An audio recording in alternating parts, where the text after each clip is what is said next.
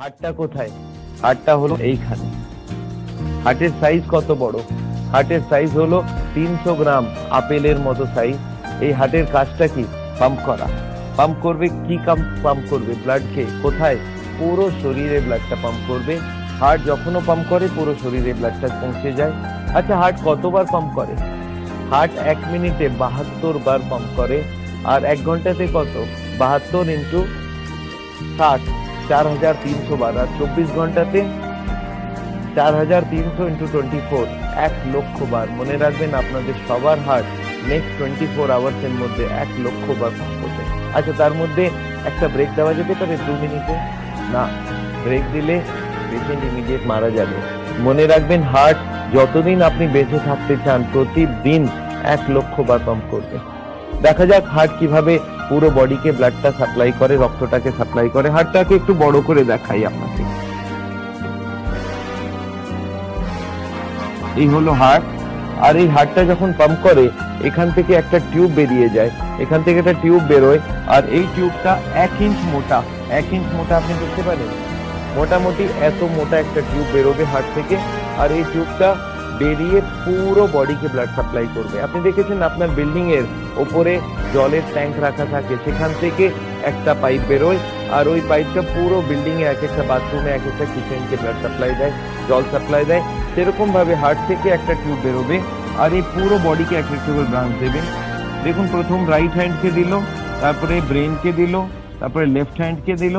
এই টিউবটা ঘুরে গেল, ঘুরে হার্টের পেছনে ঢুকলো, পেছন থেকে চেস্টকে সাপ্লাই করে পেটে এলো। পেটে এটা আগে স্টমাককে সাপ্লাই করবে, তারপরে লিভারকে সাপ্লাই করবে, দুটো কিডনিকে সাপ্লাই করবে দুদিকে, তারপরে স্মল ইন্টেস্টিন, লার্জ ইন্টেস্টিন সবকে সাপ্লাই করবে, তারপরে দুটো পাকে সাপ্লাই করবে। মানে একবার হার্ট পাম্প করে দিল, পুরো বডিকে ব্লাড পৌঁছে গেল। এই হলো হার্টের কাজ। আর এই ব্লাড থেকে পুরো বডি অক্সিজেন পায়। আচ্ছা, হার্ট যখন পুরো বডিকে ব্লাড দেবে, নিজের জন্য অক্সিজেন দরকার কি দরকার না? হ্যাঁ, হার্টকে নিজের জন্য অক্সিজেন দরকার। আর এই অক্সিজেনটা কোথা থেকে আসছে? হার্ট যখন পুরো বডিকে ব্লাড সাপ্লাইটা দেয়, তখন নিজের জন্য 3টে টিউব নিয়ে নেয়। আর এই 3টে টিউবের নাম হলো করোনারি আর্টারি। একটা রাইট সাইডে, এটাকে বলা হয় রাইট করোনারি আর্টারি। আর লেফট সাইডে দুটো, দেখুন রাইটের একটা টিউব, এটার নাম লেখা হলো RCA, রাইট করোনারি আর্টারি। আর লেফটে দুটো, লেফটে প্রথমে একটা টিউব বেরোবে, আর তারপরে এটা দুটো ডিভিশন হয়ে যাবে। একটা পেছনের দিকে চলে গেল, আর একটা সামনের দিকে চলে গেল। সামনের দিকে যেটা চলে গেল সেটার নাম হলো LAD, এটাকে বলা হয় LAD। দেখুন, আপনাকে দুটো লেফট নামগুলো যদি দেখি, একটা হবে লেফট আর একটা হবে লেফট। এটা হলো অ্যান্টিরিয়ার ডিসেন্ডিং। অ্যান্টিরিয়ার মানে সামনের দিকে, ডিসেন্ডিং মানে নিচে নামবে। তাহলে এটা হলো LAD, লেফট অ্যান্টিরিয়ার ডিসেন্ডিং, এই সামনেরটা। আর হলো LCX, এটা ঘুরে যাবে হার্টের পেছনে, এই জন্য এটার নাম হলো LCX। এই 3টে টিউব থেকে হার্ট ব্লাড পায়। আর হার্টের অসুখের মানে কি জানেন আপনি? এর মানে হলো এই টিউবটার ভেতরে এখানে চর্বি জমে যায়, কোলেস্ট্রল জমে যায়, ফ্যাট জমে যায়, আর ধীরে ধীরে হার্টের ব্লাড সাপ্লাইটা কমে যায়। এটাকেই বলা হয় হার্টের অসুখ। আর এই অসুখটা এখন বিশ্বর সবথেকে বড় অসুখ। এই অসুখে হার্টের ব্লাড সাপ্লাই ধীরে ধীরে কম হয়ে যায়, আর যেদিন বন্ধ হয়ে যাবে সেদিন হার্টটাও বন্ধ হয়ে যাবে, হার্ট অ্যাটাক হয়ে যায়। তাহলে এটাকে আপনাকে আরো ডিটেলে বোঝায়। হার্টের অসুখ কি সেটা বোঝা যাচ্ছে। এই ব্লকেজ কোন টিউবের ভেতরে, যেগুলো হার্টকে নিজের সাপ্লাই করে। এই টিউবগুলো কত মোটা ভাবুন তো। বাচ্চারা পেন্সিলে লিখে দেখেছেন? সেরকম হার্টের টিউবটা হয়, অত পাতলা, 3 থেকে 4 মিলিমিটারের টিউব। আর এই হলো ব্লকেজ। আচ্ছা ভাবুন তো, এই ব্লকেজটা কখন তৈরি হবে? কতদিন লাগবে এই ব্লকেজটা বানাতে? 1 উইক, 1 মাস, 1 বছর, 5 বছর, বছরের পর বছর। আপনাকে একবার ব্লকেজটা বানিয়ে দেখানো যাক। আচ্ছা, একটা কথা ভাবুন, ব্লকেজটা শুরু কখন হবে? বাচ্চা জন্মাবার সঙ্গে সঙ্গে ব্লকেজ শুরু হবে না। না, বাচ্চা জন্মাবে, ধীরে ধীরে বাড়বে। যতদিন চর্বি খাক কোনো অসুবিধা নেই, যতদিন বাড়বে ততদিন চর্বি খেলে কোনো অসুবিধা নেই। কিন্তু যেই বাড়তে বাড়তে বাড়তে বাড়তে 18-20 বছর বয়স হবে, তখন ওর বাড়া বন্ধ হয়ে যাবে। এরপরে যে এক্সট্রা ফ্যাট, তার কোনো দরকার নেই। আর ওই এক্সট্রা ফ্যাটটা আমাদের বডির ভেতরে যাবে, আর যেখানে যেখানে ডিপোজিট করবে মোটা হয়ে যাবে মানুষ, আর ভেতরে ব্লকেজ তৈরি হবে। তাহলে ধরে রাখুন 18 থেকে 20 বছর বয়সে এই ব্লকেজটা শুরু হলো, আর একজন মানুষের 60 বছরে জানতে পারলো হার্টের পেশেন্ট, তার মানে কত বছর লাগলো? তার মানে ওকে 40 বছর লেগেছে ব্লকেজ বানাতে। দেখা যাক, একটা টিউবকে আমি ব্লকেজ বানিয়ে দেখাচ্ছি আপনাকে। এই একটা টিউবকে ব্লকেজ বানিয়ে দেখা যাক। এই দেখুন, একটা টিউব আমি নিলাম, এই টিউবটাকে বড় করে দেখালাম, আর দেখুন ব্লকেজটা শুরু কোথা থেকে হবে। এই হলো ব্লকেজ, প্রথম শুরু হলো এখানে, ধরে নিন 20 বছর বয়স। এবার আরেকটু ব্লকেজ বাড়লো, এবার আরেকটু ব্লকেজ বাড়লো, আরো একটু ব্লকেজ বাড়লো। এখন কতটা গেল? এখন গেল 50% বন্ধ হয়ে গিয়েছে, কিন্তু এই পেশেন্টের কোনো কষ্ট নেই। কেন কষ্ট নেই? কারণ কি 50 এখনো ওর বাকি আছে, 50 এখনো ওর বাকি আছে। কেন বাকি? 50টার কি হবে? এই 50টা ওর ব্লাড সাপ্লাই প্রচুর দিয়ে থাকবে। আপনার মনে রাখবার উচিত যে আমাদের হার্টের দরকার কেবল 10%, 20% আর 30%। 3 রকম দরকার। কেন ভাবুন তো? আমাদের হার্টের দরকার 10% যখন মানুষ বসে থাকবে, শুয়ে থাকবে, যখন হাঁটতে শুরু করবে তখন 20%, আর যখন দৌড়াবে তখন 30%। যদি 50 ব্লকেজ আছে তাহলে 50 খোলা আছে, পেশেন্ট দিব্যি দৌড়াতে পারবে, ওর কোনো কষ্ট হবে না। যেদিন পেশেন্ট 70 ব্লকেজ ক্রস করে যাবে, যেদিন পেশেন্ট 70-এর উপরে ব্লকেজ করে যাবে, সেদিন কষ্ট শুরু হয়ে গেল। কেন? আমাদের হার্টের দরকার 10, 20 আর 30। যেদিন 70-এর উপরে যাবে সেদিন পেশেন্ট এসে বলবে, স্যার আমি যদি দৌড়াতে থাকি তাহলে আমার বুকে ব্যথা হয়ে যাবে, আমি যদি হাঁটতে যাই যদি বুকে ব্যথা হয় তাহলে 80-এর উপরে ব্লকেজ, আর যদি বাথরুম যেতে যেতে ব্যথা হয়ে যায় তার মানে 90-এর উপরে ব্লকেজ। আপনি মনে রাখবেন, হার্টের পেশেন্ট 70 পর্যন্ত বুঝতেই পারবে না, দৌড়াতে পারবে। আচ্ছা, যেদিন একটা পেশেন্ট আমাকে এসে বলল, স্যার আমি যখন দৌড়াতে যাই আমার বুকে ব্যথা হয়, বুকে চাপ পড়ে, শ্বাসকষ্ট হয়, গলায় চোকিং মনে হয়, তখন আমি আমি জানতে পারি ওর পেশেন্টের 70-এর উপরে ব্লকেজ আছে। আর যেদিন বলে হাঁটতে গিয়ে সেম কথা, সেম কষ্ট, এই কষ্টটাকে আমাদের ভাষায় বলা হয় অ্যানজাইনা। আর এই কষ্টটা এলেই আমরা বুঝতে পারি 80-এর উপরে ব্লকেজ হয়েছে। আচ্ছা, একটা কথা ভাবুন, আমার কাছে পেশেন্ট পৌঁছবে কবে? 70-এর আগে না 80-এর পরে? পেশেন্ট আমাকে 80-এর পরে এসে বলবে, স্যার আমার অ্যানজাইনা হচ্ছে, আমার কষ্ট হচ্ছে। এই জিনিসটা আপনাকে মনে রাখতে হবে। এই হলো হার্টের অসুখ। আচ্ছা, ধরে নিন 20 ব্লকেজ শুরু হয়েছে, আর এটা 60 বছরে ও জানতে পারলো হার্টের পেশেন্ট, তাহলে কত বছর লাগলো? 20 বছর, 20 থেকে শুরু করে 60 পর্যন্ত এটা ব্লকেজ হয়েছে, তার মানে 40 বছর লাগলো এই ব্লকেজটা বানাবার জন্য। আর এই 40 বছরে 80% ব্লকেজ, তার মানে 2% পার ইয়ার এই ব্লকেজটা বাড়বে। এই হলো হার্টের অসুখ। আচ্ছা, একটা কথা ভাবুন, এই হার্টের অসুখ কতক্ষণে আপনি বুঝতে পারবেন? হার্টের অসুখের মানে হলো যে হার্টের নিজের ব্লাড সাপ্লাইয়ের ভেতরে ব্লকেজ হয়ে যাচ্ছে, ধীরে ধীরে হার্টের ব্লাড সাপ্লাইটা কম হয়ে যাচ্ছে, এটা হলো হার্টের অসুখ। এখন এইটাকে বুঝতে কতক্ষণ লাগবে? 5 মিনিট লাগবে। কিন্তু যদি কোনো হার্টের হাসপাতালে হার্টের ডাক্তারকে গিয়ে কেউ পেশেন্ট বলে, স্যার আমি হাঁটতে গেলে বুকে ব্যথা, ওনারা এত ডিটেইলে ভালো করে বুঝিয়ে দেবেন না। না, ওনারা বলবেন আপনাকে করোনারি আর্টারি ডিজিজ হয়েছে। আচ্ছা, করোনারি আর্টারি ডিজিজ বলে দিলে পেশেন্ট বুঝতে পারবে না?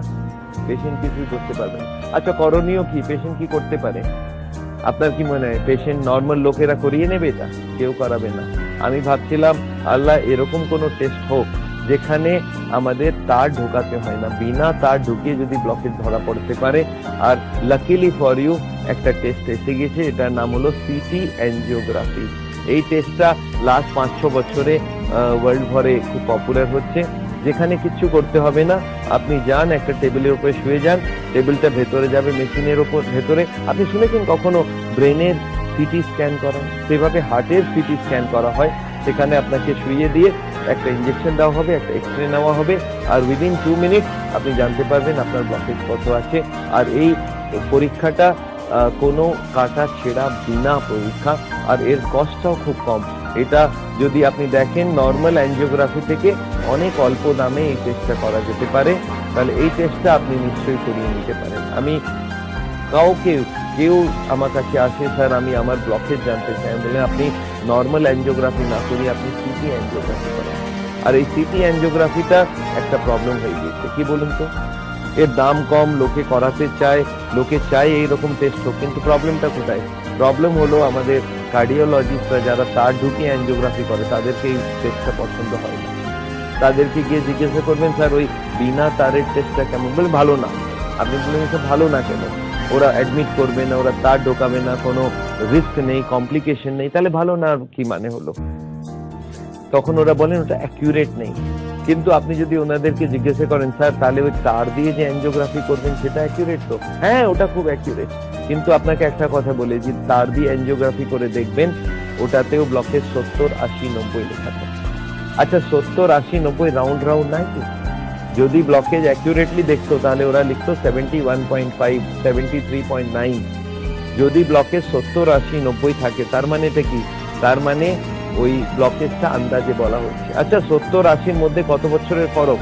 5 বছর। 2% করে যদি ডেভেলপ করে 5 বছর, মানে 5 বছর আগে করে দিলে 5 বছর পরে করে দিলে পেশেন্ট বুঝতে পারবে না।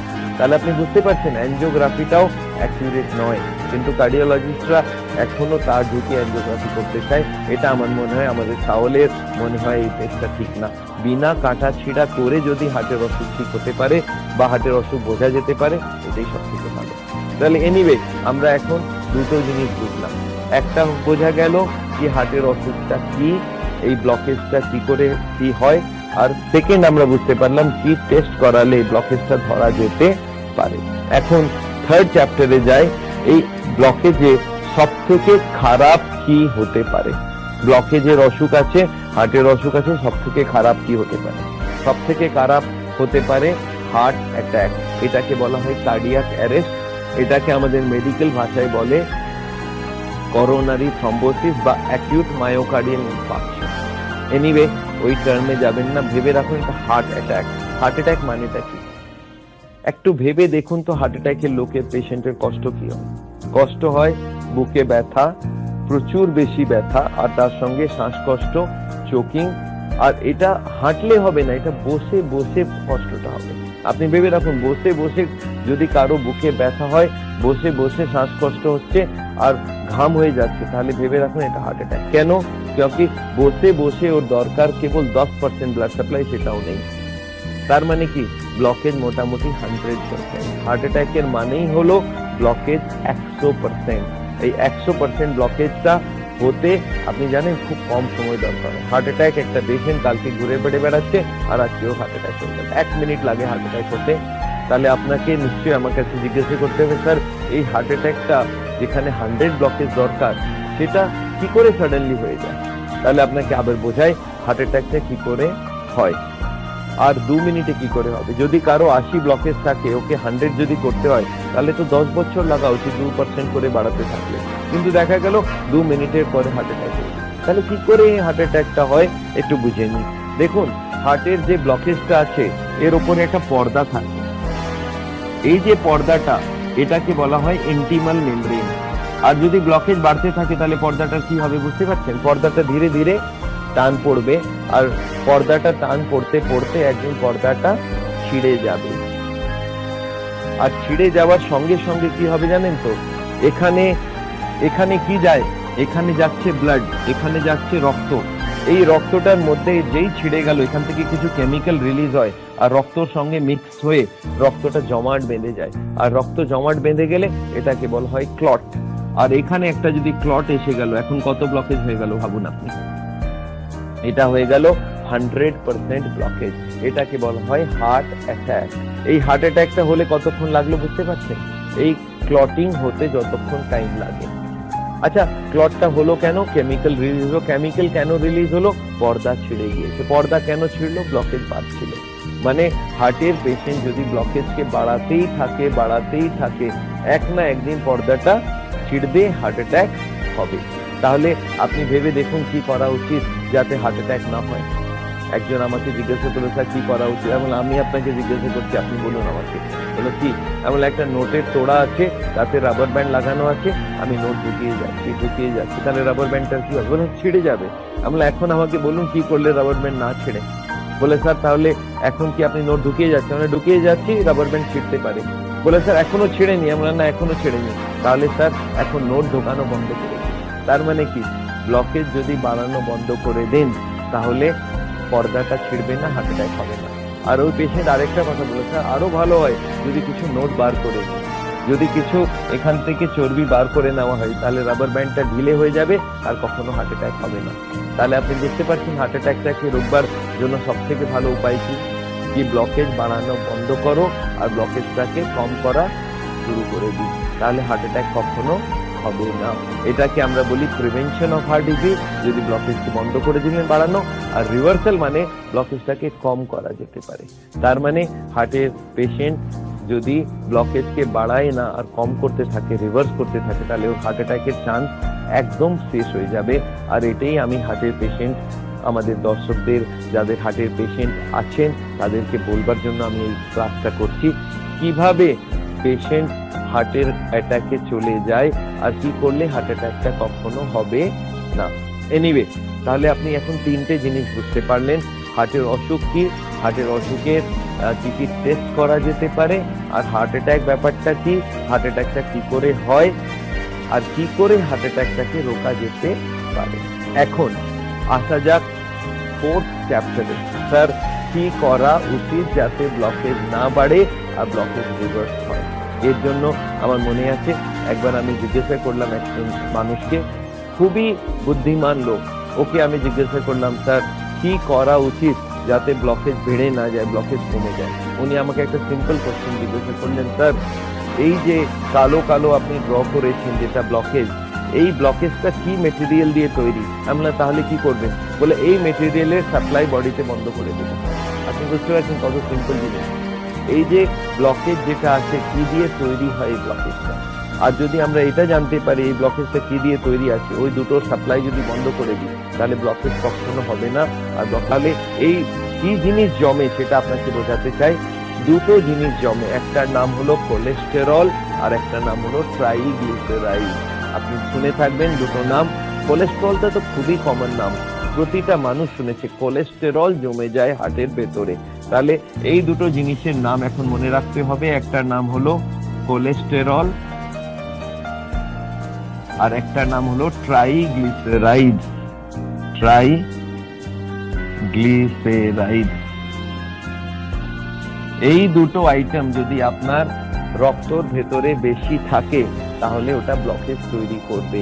তাহলে হার্টের পেশেন্টের প্রথম কি করা উচিত, এই দুটোকে বোঝা উচিত। আপনার রান্নাঘরের মধ্যে এই দুটো জিনিস যদি থাকে আর এটা যদি আপনি খান তাহলে ব্লকেজ বাড়তে থাকবে, আর ব্লকেজ যদি বাড়ে একদিন হার্ট অ্যাটাক হবে।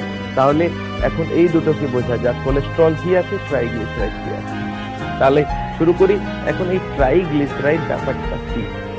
ট্রাইগ্লিসারাইড আপনাদের সবার রান্নার ঘরের মধ্যে থাকবে, আর এটার বাড়ির নাম, এটা যেটা বাসার নাম, সেটার নাম হলো তেল।